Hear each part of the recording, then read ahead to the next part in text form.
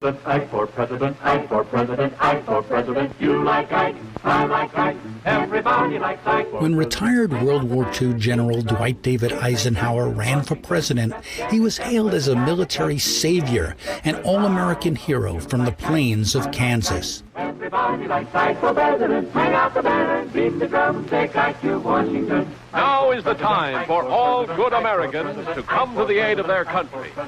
Vote for Eisenhower. No one expected that in his farewell address he would identify and oppose the emergence of a new power constellation, the military-industrial complex. In the councils of government, we must guard against the acquisition of unwarranted influence, whether sought or unsought, by the military-industrial complex. The potential for the disastrous rise of misplaced power exists and will persist. We must never let the weight of this combination endanger our liberties or democratic processes. His was a prophetic speech, especially for a military leader who saw that a fusion of government and corporate power could lead to what he called unwarranted influence and misplaced power.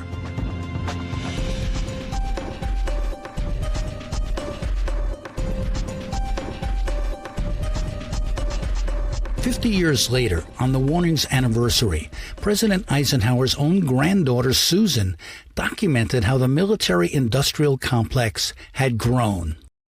She wrote, "In less than 10 years, our military and security expenditures have increased by 119%.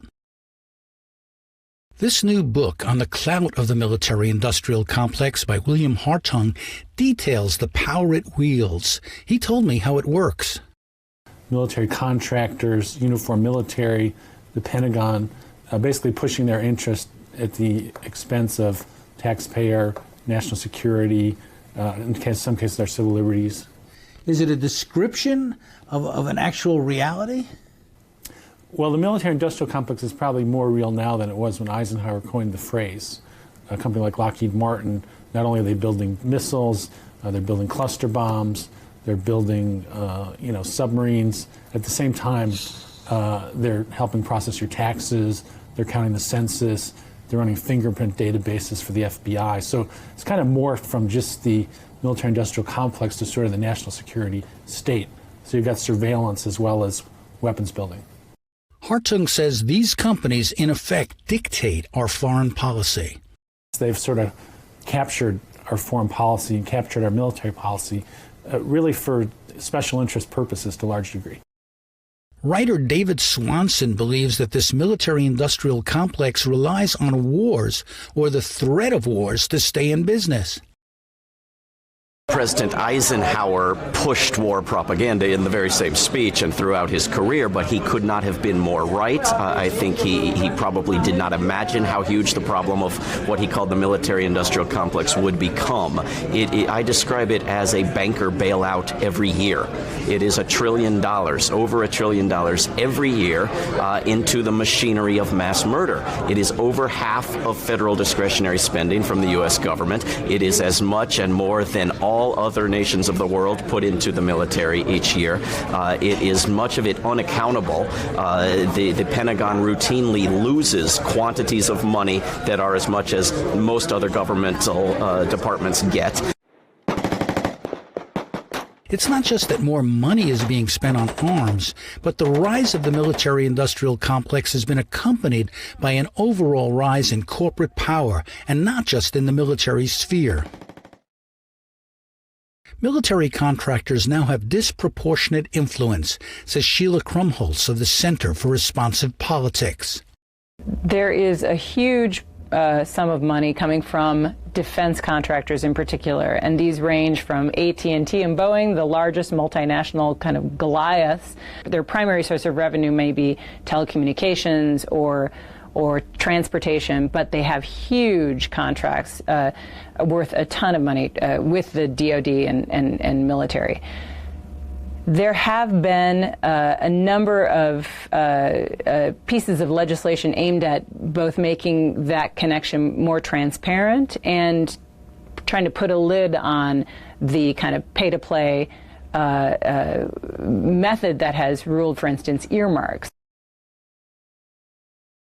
have we seen a pattern of military and industrial collusion and industrial companies that do business with the Pentagon giving more and more money to politicians? Many defense contractors were making contributions, spending lots of money to lobby, and in exchange winning contracts that maybe they weren't the best organizations to benefit from. So there has been a lot of research done about how money greases the skids for defense contractors. I'll also say that the revolving door plays an important role. So it's not just money, it's other forms of elite influence where people in the Department of Defense are kind of lining up their jump to the private industry where they can rake in huge sums of money and lucrative posts in private industry that they used to regulate.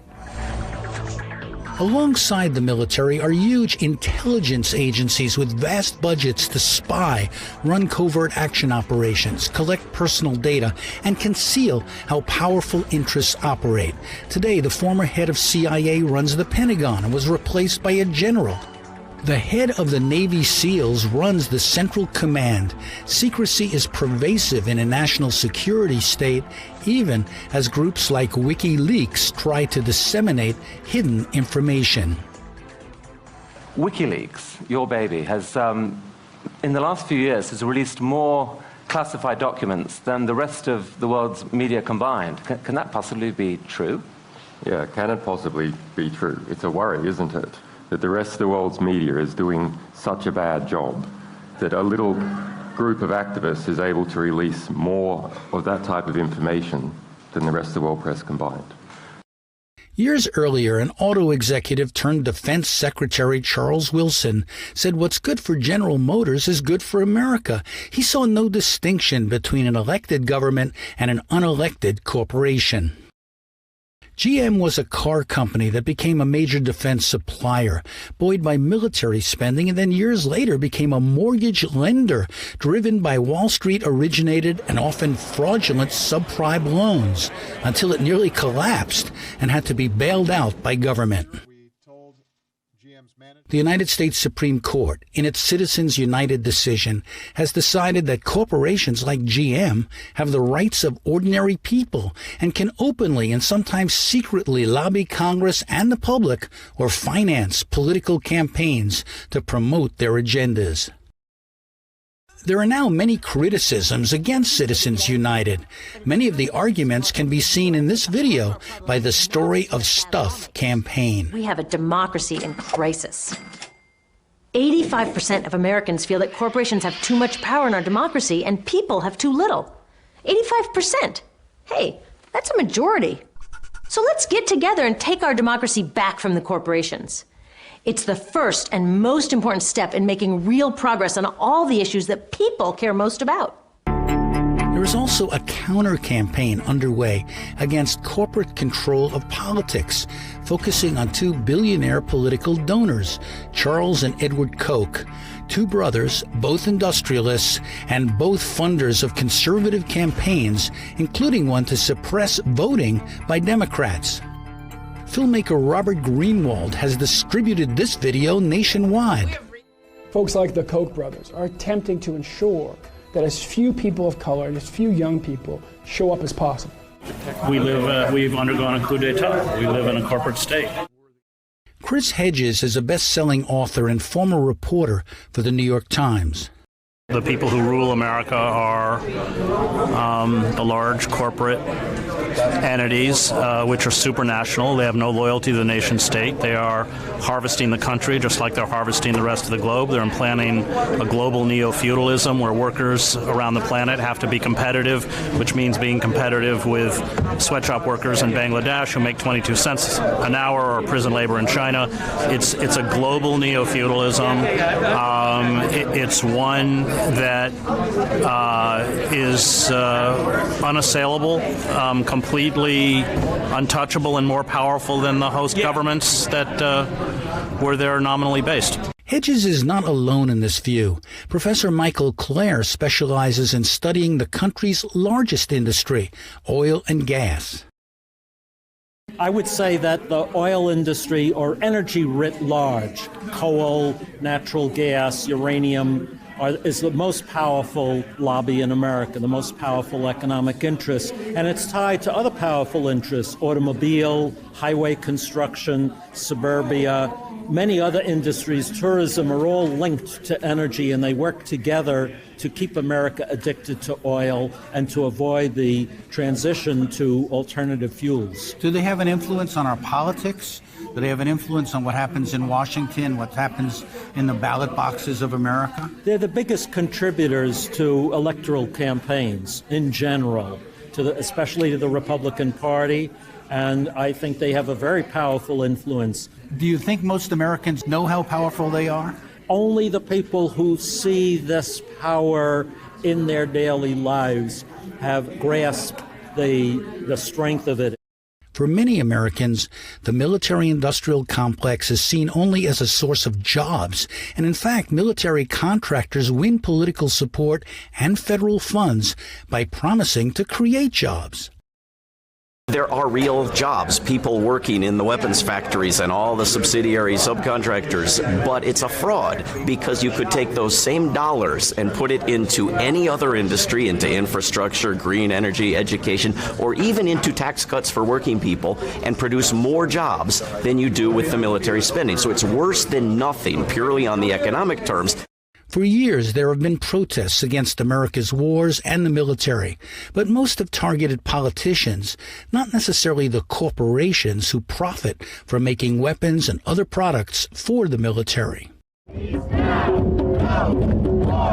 One of the groups that's most visible in challenging militarism is a women's group, Code Pink. Medea Benjamin is a co-founder. I've learned that we don't rule America. I've learned that the Democrats don't rule America. The corporations rule America. I've been doing the work on the wars, and I've just been floored at how powerful these weapons manufacturers are and how powerful the contractors are, and that they have the ability to kind of keep wars going. I mean, that's pretty amazing when you think about it. Like, I'm just doing a lot of work around the drones issue. Do you know there's a drones caucus in Congress? I mean, instead of having a caucus to feed preschool children, they decided it was more important to have a drone caucus, and that's because all the manufacturers in their districts are funding them. They are quite open about it, and in fact, over 50 members of Congress have created a caucus for drones, where they openly promote the use and sale of drones at home and abroad. And then they've now authorized the flight of at least of up to 30,000 drones in U.S. skies for whatever purpose. This is in contrast to the lack of any caucus for senior citizens, for children, for health coverage, for green energy, for human beings. There's a caucus for robots. Eisenhower was so right, and he was so right when he said that it steals money, it robs us of food for our children, of health care for our parents. He was so right, and it's just worse and worse. And you get the little puppets in Congress, and I live in Washington now, so I see these little puppets and wish that they were like the NASCAR drivers that had to have their corporations on their suits, but they don't rule America. The corporations obviously rule America, and when it comes to war and peace, those corporations are so powerful that they've kept us for the last decade in war, and if we don't do something about it, they'll keep us in war for the next decade.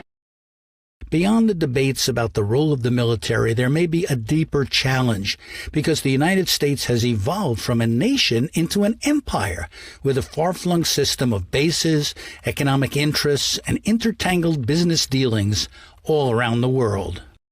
Top political leaders interact with corporate leaders at meetings of elites like the Bilderberg Conference, the Trilateral Commission, and the International Monetary Fund meetings. It's all part of a global structure of corporate culture, politics, and power. Some, like the billionaire George Soros, told me a while back that the World Economic Forum is more like a networking party than a decision-making venue. Decisions are often made behind the scenes, not at public events. The Davos meeting is an enormous sort of cocktail party. a lot of contacts, people meet and so on. A lot of things are discussed. It's actually very convenient because you can meet a lot of people whom you want to meet in a confined period of time. And it's also a media event. Is it also a symbol of the growth of sort of economic power, of over political power, a lack of sovereignty, a loss of sovereignty by some countries? Well, it is actually symptomatic of the age, because you have presidents and prime ministers courting the financiers and the industrialists. Only a few Americans seem to understand how corporatization and globalization go hand in hand. Walter Teague was one of the first activists against the Vietnam War. He believes that Americans can't see the facts because they're trapped in myths. I asked him how he would explain this situation to people on Mars. I'd have to explain some very crazy things to them. I'd have to explain it in terms that they would perhaps understand. I'd have to not use some of the terms that Americans commonly use, because if you use the language that we're taught in school about democracy, free will, all of how the United States is number one, uber alles, right? All those terms lead the person to not being capable of understanding what you're saying, which is that there are really, and have been for a long time, a very small percentage, 1% or something like that, who really make most of the decisions. But they are smart enough to make them in a way that keeps most Americans, until recently, from realizing that they're being ruled. We cannot undo the plutocracy, the kleptocracy, the lack of representation without dismantling the military-industrial complex. This is the 1% of the 1%. This is where we give a banker bailout every year, and we don't get a dime of it back. We borrow it from China. We pay it back with interest. We keep interest rates ridiculously low. We crash Wall Street. We bail it out because we've created a war economy without any need for war. Well, I think if people had a better sense of how these companies, how the uniformed military, how their allies in Congress are basically running the show, scaring us into spending on weapons we don't need, I think they'd have the beginnings of a tool to do something about it. But I think absent that information, there's sort of nowhere to start. There's nowhere to sort of plant your feet and try to fight back against it. So I'd have to tell the Martians it's going to be very hard for you to understand why Americans don't see how they're being screwed. They don't see it, except when it gets so bad or so contradictory or so blatant or so personal, and then they wake up one day and say, oh my God. Does this mean in a way that business, that Wall Street, that defense contractors and others have disproportionate power? In other words, are they kind of one of the forces ruling our country that most people don't even know about? I think that the money has great influence across the board, particularly where the issues are arcane and they seem disassociated with the average Americans, where constituents aren't paying attention and they're not being heard by their representatives in Washington. I think where people are paying attention, where it becomes there is a hue and cry from regular people, it's hard for the money to beat out the merits on policy. Politicians usually will not risk the political liability of being seen as catering to their the interest bankrolling their campaign if the voters are paying attention. They're usually not that unwise. Most of the public doesn't interface with the military-industrial complex because they participate in the economy as consumers. But even there, they're being affected by a power shift and economic inequality that drives them deeper and deeper into debt. George Scribner is an executive with a corporation that advises other corporations. Today, it takes $200,000 a year to feel somewhat affluent. I asked George Scribner how he thinks growing inequality is affecting our politics. Who's in charge of our country? We keep reading more and more about big money in politics. There was a great article of the 1%, by the 1%, for the 1%. And I think it might have been Vanity Fair, but I'm not positive right now. But they made a point that in politics that I've been making in terms of business, is that for, since World War II, it was head count that made a difference. One person, one vote. So you play to the vote, One person, $1. You played to as many people as you could to get the dollars. Now, because the assets are concentrated at the high end in the hands of the few, actually money is much more valuable, both to politicians and to marketers, than the mass of people that comprise the middle class. So is the mass of people being left out now, the mass of Americans? They aren't being left out, but they're certainly less important. So I think in a variety of ways you'll see them being less catered to and manipulated more, in a sense. And in politics and in terms of marketing, there'll be fewer products and fewer services. That's one view from inside the corporate world, essentially saying that the majority of Americans have less economic power and, as a result, less political power. People with money rule America because people with money can acquire power through that. But we all have, the great thing about America is we all live within the myth that each one of us can make a difference. And I think there are enough opportunities for that to happen that makes me think that the future won't be as bleak as it seems sometimes. Let's hope so. Certainly most Americans believe their future is bright.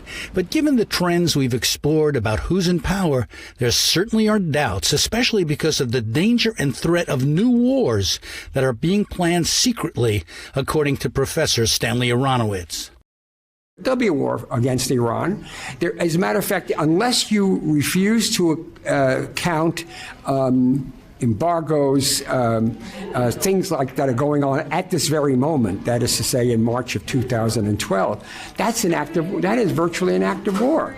That we are saying to the Iranians, either you bow to our demand that you do not develop nuclear weapons and you renounce nuclear weapons, or otherwise we will continue to bar your goods from going back and forth. I mean, after all, the market is part of the system.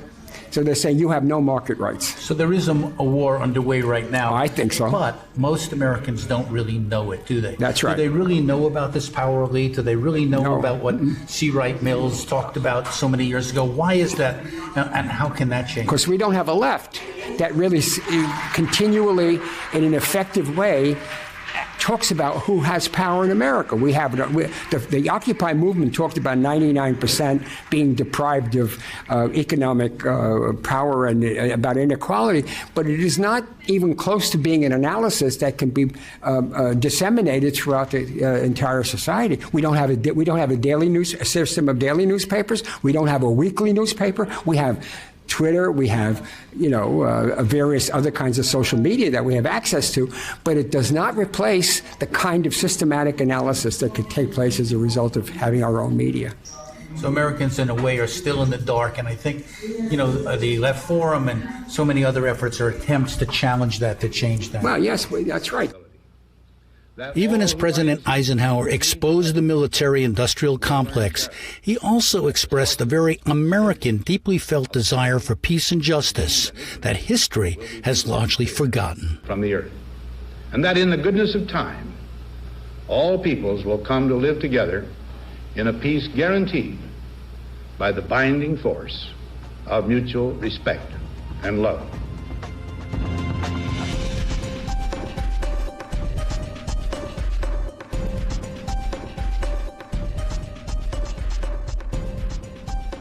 Coming up in the next episode of Who Rules America, the power of the media. Ambassador, last thing. So if you're looking at who rules America or who owns America, it's the same people that propagandize to America. Next time on Who Rules America.